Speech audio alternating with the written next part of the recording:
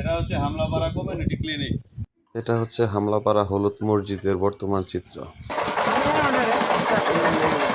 আসসালামু আলাইকুম সুপ্রিয় দর্শক, সবাই কেমন আছেন? আজকে আমি গিয়েছিলাম জামালপুর জেলার মেলান্দহ উপজেলার দুরমুট ইউনিয়নের হামলাপাড়া আশ্রয় কেন্দ্র এলাকাটার বন্যা পরিস্থিতি দেখার জন্য। তো যাওয়ার পথে এখন এই যে হামলাপাড়া প্রাইমারি স্কুলের সামনে যে রাস্তাটা আছে সেখানে গিয়ে মোটরসাইকেল আর গেল না, চারদিকে অথই পানি, রাস্তা ডুবে গেছে। তো বাইকটা রেখে আমরা এখন এই যে পায়ে হেঁটে যেতে হবে। জানি না আজকে আদর্শ গ্রামে যেতে পারবো কিনা।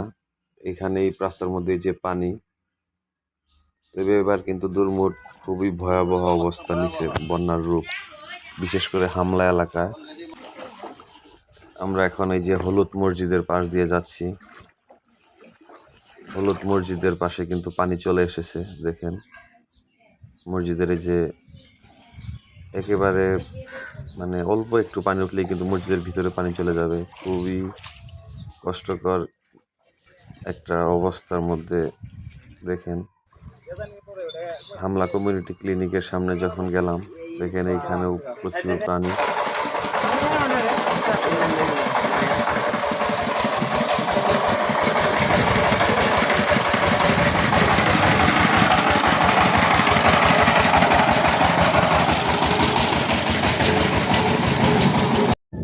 এটা হচ্ছে হামলাপাড়া কমিউনিটি ক্লিনিক।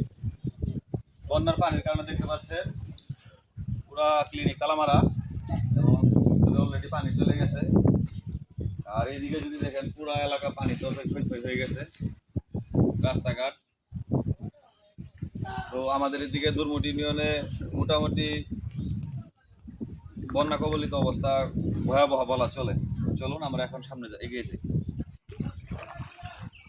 সরকারি আশ্রয় কেন্দ্র যাওয়ার আগে যে বাজারটা পড়ে, ছোট বাজার, দেখেন এখানে দোকানপাটে পানি চলে এসেছে।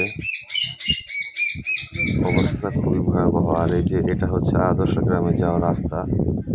রাস্তা দেখে বোঝার উপায় নাই যে এখানে রাস্তা কোনটা, ক্ষেত কোনটা, প্রচুর পানি।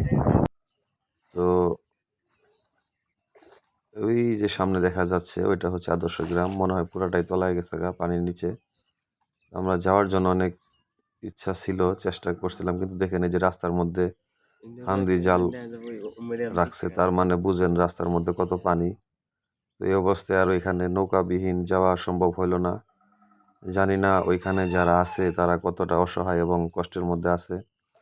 সবাই যার যার অবস্থান থেকে হামলাপাড়া এই সরকারি আদর্শ গ্রামের গরিব অসহায় মানুষদের জন্য দোয়া করবেন এবং পাশে থাকবেন। বন্যার পানি কবে কমবে তার কোনো ঠিক ঠিকানা নাই। সবাই ইনাদের জন্য দোয়া করবেন এবং ভালো থাকবেন সবাই। আসসালামু আলাইকুম।